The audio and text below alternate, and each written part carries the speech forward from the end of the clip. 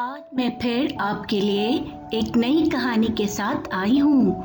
आज की कहानी का शीर्षक है एलिस के सपनों की जादुई दुनिया। तो चलना चाहेंगे एलिस के सपनों की दुनिया में? तो आ जाइए। एलिस एक बहुत ही चुलबुली और प्यारी लड़की थी जो अपने परिवार के साथ बड़े मजे में रहती थी। एक दिन वह अपनी बड़ी बहन के साथ बगीचे में घूमने गई। बहन तो अपनी किताब निकालकर पढ़ने लगी, पर एलिस तो पढ़ने लिखने की दुनिया से कोसों दूर भागती थी। वह इधर उधर दौड़ती, कभी तितलियों के पीछे भागती और फूलों से बात कर समय काट रही थी। तभी उसकी नजर सामने से आ रहे सफेद रंग के और गुलाबी आंखों वाले खरगोश पर पड़ी, जो कि अपने आप से बड़बड़ा रहा था। मुझे जल्दी जाना है, मुझे तो जल्दी जाना है, कहीं देर न हो जाए, मुझे जल्दी जाना है। खरगोश बार बार घड़ी निकाल कर देख रहा था। यह सब देख एलिस तो भौचक्की रह गई, क्योंकि उसने बोलने वाला और घड़ी देखने वाला खरगोश तो पहले देखा ही नहीं था। वह उस खरगोश के पीछे भागने लगी। एलिस उस अनोखे खरगोश का पीछा करते हुए एक बिल के पास पहुंची। खरगोश तो बिल के अंदर घुस गया। एलिस भी अपने को रोक नहीं पाई। उसने जैसे ही बिल के अंदर झांका तो वह बिल के अंदर खिंचती चली गई।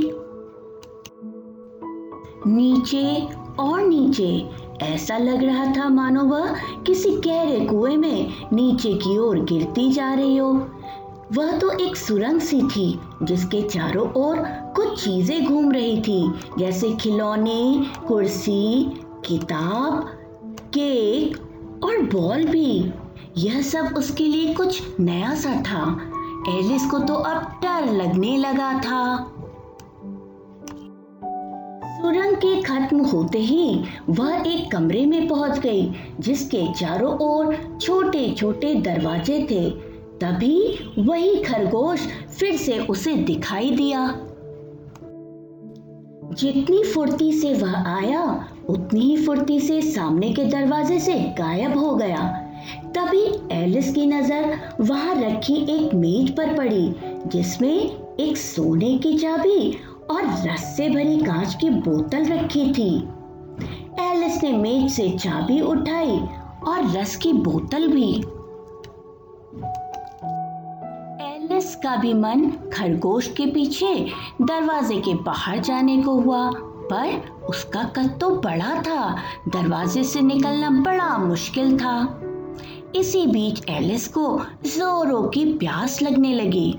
उसने हाथ में पकड़ी रस की बोतल को मुंह से लगा लिया और खटखट करके सारा रस पी लिया।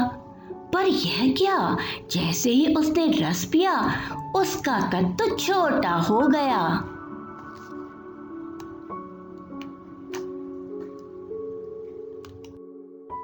एलिस बहुत खुश हो गई, क्योंकि अब तो वो छोटे दरवाजे से बाहर निकल सकती थी। उसने सोने की चाबी से दरवाजा खोला और बाहर की ओर निकल गई।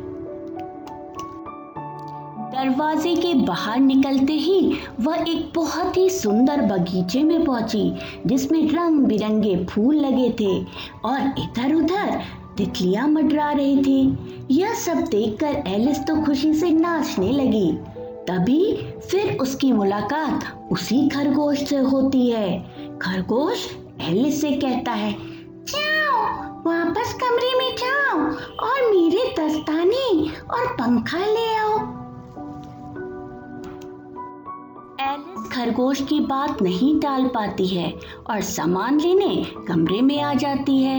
दोनों चीजें वही सामने मेज पर पड़ी थीं। एलिस जैसे ही मेज को छूती है, पंखा और दस्ताना अपने आप उसके हाथ में आ जाते हैं। दोनों चीजों के हाथ में आते ही एलिस का कद भी बढ़ जाता है।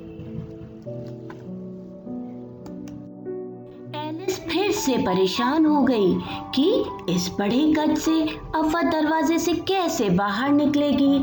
वह आगे की ओर गई तो देखा एक मेज में केक रखा था।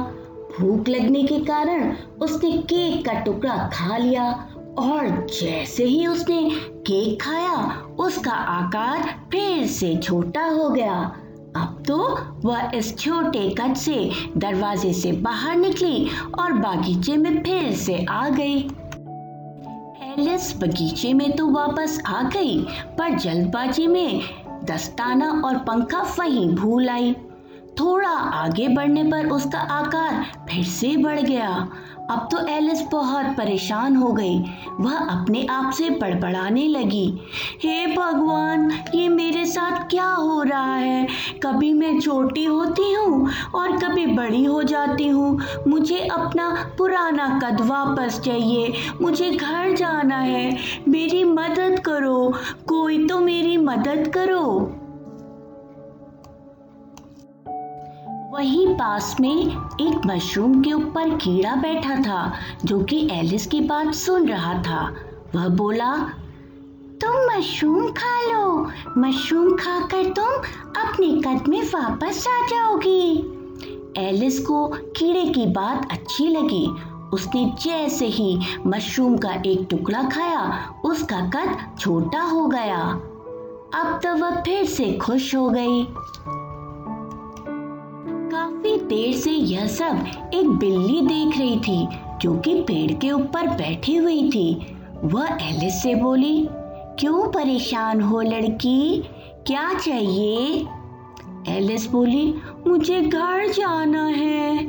तब बिल्ली ने कहा, अगर तुम्हें घर जाना है तो यहाँ से दूर एक झोपड़ी में सन की बुढ़ा रहता है। उससे तुम खाने के लिए सेब मांगना, पर सेब देने से पहले वह तुमसे कुछ प्रश्न पूछेगा। तुम उसके प्रश्न का जवाब देना, वह शायद तुम्हें घर का रास्ता दिखा दे। थोड़ी दूर पर ही वह सन की बुढ़ा अपनी झोपड़ी के बाहर खड़ा मिल गया। एलिस ने उससे खाने के लिए सेब मांगा तो बुढ़े ने कहा, पहले मेरे प्रश्न का उत्तर तो दो। एलिस उत्तर देने के लिए तैयार हो गई तो बुढ़े ने प्रश्न पूछा, पहले अंडा आया या मुर्गी? एलिस को उसके प्रश्न को सुनकर थोड़ी हंसी आई। फिर उसने बोला, मुझे नहीं पता। उसके उत्तर को सुनकर बुढ़ा बोला, मुझे भी नहीं पता। मैं तुम्हारे उत्तर से खुश हुआ। यह लो सेब। और उसने सेब एलिस को दे दिया।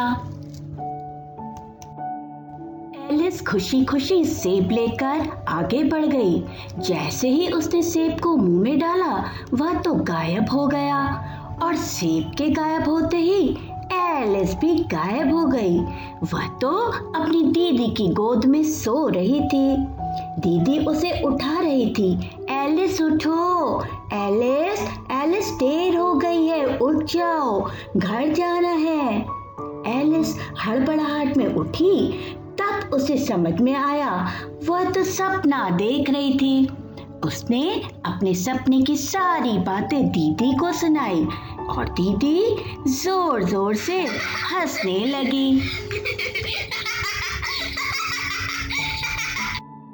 बच्चों, सपने देखना बुरा नहीं होता, पर उसके लिए कुछ करने की कोशिश भी तो करनी चाहिए, तभी तो सपने सच होते हैं। समझ में आया? तो बच्चों, बजाओ ताली।